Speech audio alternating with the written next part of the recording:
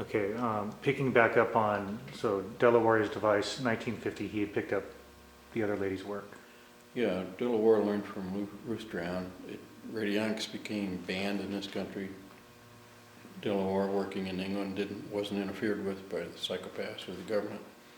So he had an open field. It grew into a large field of research in England, which it still is. And Delawarr, being a trained mechanical engineer, he could build pretty much anything he could dream up. So he started building these devices, and one of them that he made was, there are many applications for radionics.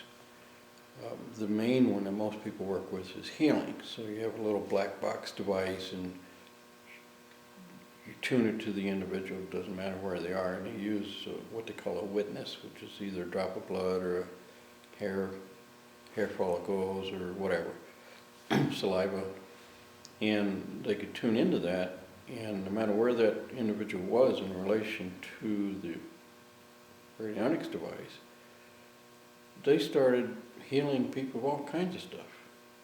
And then they started applying it to agriculture. You could put pesticide in it and clear the pests out of a field, or fertilizer and fertilize the whole field. It was transforming everything. But the psychopaths who own the chemical industries, which is fertilizer and pesticides and everything, they didn't like it. So, this big thing going on. And then Delawarr made a camera that he could put a witness in. Let's say it was a patient living in the next town.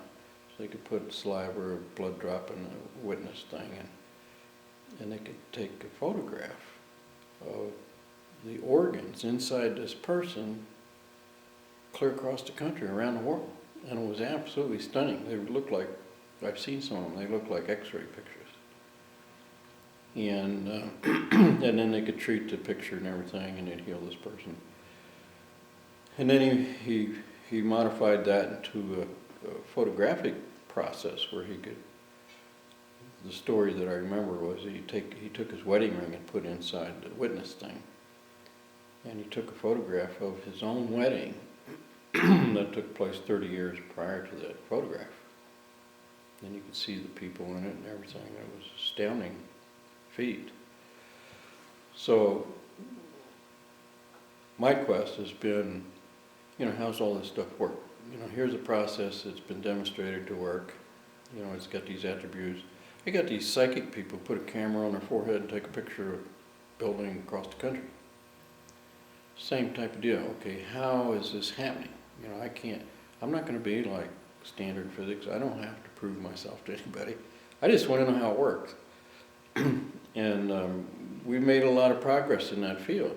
Keeley put together the basic science and the physics, so we can bring that forward and say, okay, we can apply this, that, and the other thing to this process and recreate some of these amazing feats.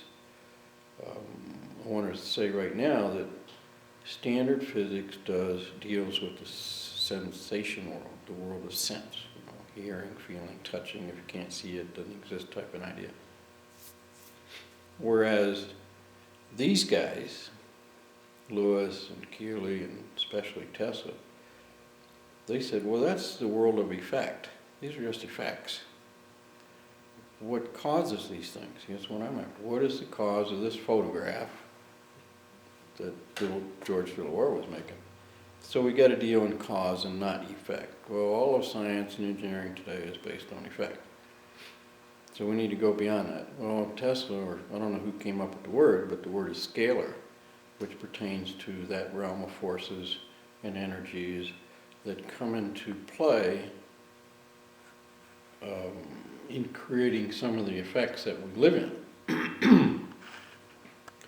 The old metaphysical people used to call it causative forces. And if you look through some of these older books on metaphysics and spiritual science, they're always talking about the causative forces. So it appears almost like magic. So a guy can take dealing with the causative forces, which can be refracted, reflected, concentrated, dispersed, to create a photograph, and nobody understands it because they're looking at the effect of the photograph. But they don't know anything about the causative forces that went into creating the photograph. But those scientists and engineers who do have an understanding of that, like Tesla was a big one, he understood that, says, no, this is not magic, guys, this is physics.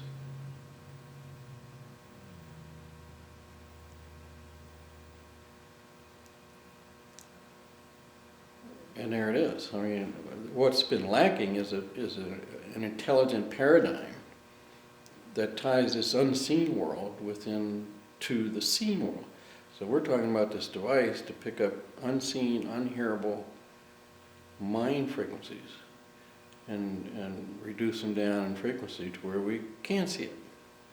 I mean, there's nothing magical about it. There's nothing BS about it. I mean, you can't hear radio waves, right? And yet we're immersed in them. Take out your telephone, your pocket phone, there it is, That phone is transducing unhearable, unseeable, undetectable vibrations to an audible range. That's all we want to do. We just want to go to a higher frequency range. Bump it up, push the envelope a little bit. And that's all it is. There's no big mystery here. It's just, okay, how do you mechanically, how you go about building this thing? And that's where we're at. It's great. And we're running out of battery, so why don't we stop down on the recording and just hang out and talk more about what you think, what direction we could go in.